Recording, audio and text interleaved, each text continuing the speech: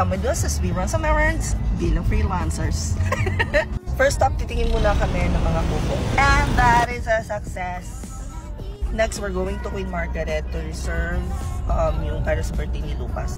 And we're here. Napakaganda ng Lucena, sis. And we're here. Sarap ng pagkain dyan.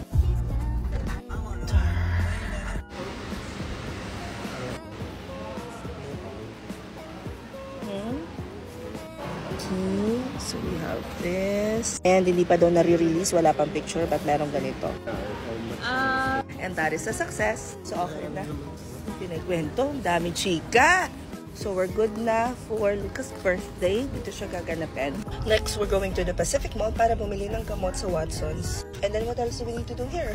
Magwi-withdraw. And we're here. Vitamins para mabigyan na to ng baby sister. You want baby sister, nak? And that is a success. Nagagalit si Popsky kasi pinagbayaran niya nasa 5,000. Tapos sabi ni Charles, kaya sinama ko daw si Popsky. Kailangan ko daw ng sugar daddy. Actually, okay na. Parang yun na lang. Kay ano, ay hindi, punta muna tayo sa bayan kasi may kulang kami 2 vitamins. So pupunta pa kami sa bayan. And then, doon tayo makakatingin nung Restore F and tsaka yung sa pang vitamins. But dito tayo, pwede na tayo dun. Second set of vitamins, that is a success. Next, we need to go dun sa bayan ng tropa namin. Sila na rin yung magiging contractor namin para dun sa second property na ipapaayos namin, which is our garage.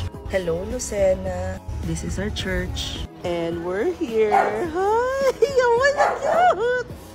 Diyos ko, Lord. Napaka-cute. Baka kasi magpapasok ng maganda. And that is a success. Next, pupunta naman kami dun sa gagawa ng cake.